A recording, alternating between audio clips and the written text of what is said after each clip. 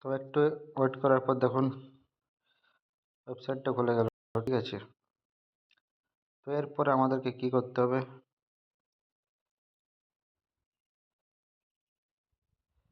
এরপর দেখো ডাউনলোড আধার আছে, ডাউনলোড আধারে ক্লিক করো। ক্লিক করার পর দেখো পেজটা, নতুন পেজ একটা ওপেন হয়ে গেল। পেজটা ওপেন হয়ে যাওয়ার পর এখানে দেখো সাইডে সাইডে একদম তোমার লেফট সাইড দেখো মাই আধার বলে লেখা আছে, ওখানে ক্লিক করতে হবে। ক্লিক করার পর দেখো এই ওয়েলকাম টু মাই আধার আসলো, এটাকে লগ ইন করো। লগ ইন করা হলো। লগ ইন করার পর এখানে তোমাদের কী হতো, যে আধার কার্ডের নাম্বার আছে, সেই আধার কার্ড নাম্বারটা তোমাকে এখানে দিতে হবে। আধার কার্ড নাম্বারটা দিলে, আমাদের আধার কার্ড নাম্বারটা দেওয়ার পরে এখানে তোমাদেরকে ক্যাপচার কোডটা দেওয়া আছে, ক্যাপচার কোডটা দিতে হবে তোমাকে।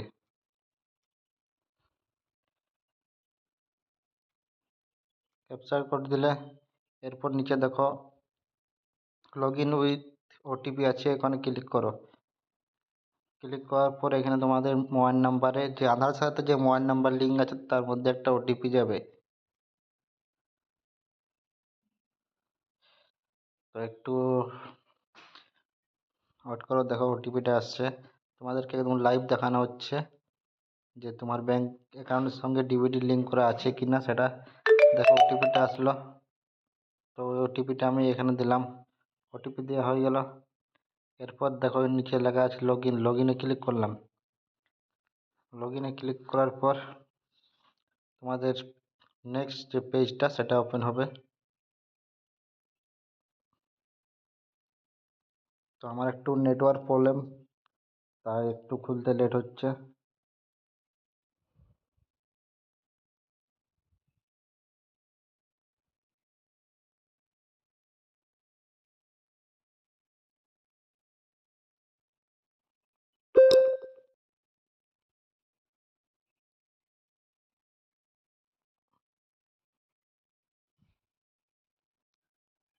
দেখো লগ ইন হয়ে গেল।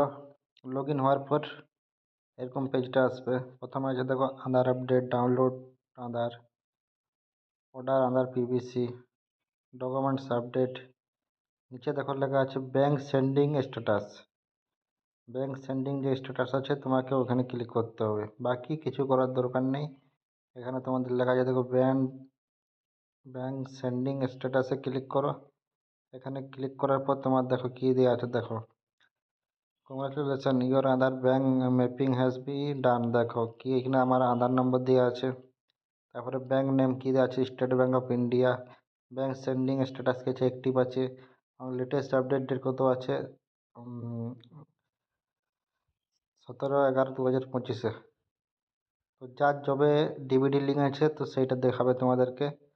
ঠিক আছে, বুঝতে পেরেছ কীভাবে দেখতে হবে। তো সবাই অন্নপূর্ণ ভাণ্ডার এর ফর্ম ফিল আপ আগে নিশ্চয়ই এটা দেখে নেবেন যে আপনার ব্যাংকের সঙ্গে ডিবিটি লিঙ্ক আছে কি না, না হলে তখন টাকা ঢোকার সময় সমস্যা হতে পারে। তো আশা করি তোমরা সবাই বুঝতে পেরেছ। এরকম নতুন নতুন কিছু আপডেটের জন্য আমাদের চ্যানেলটাকে সাবস্ক্রাইব করে রাখুন। Thank you.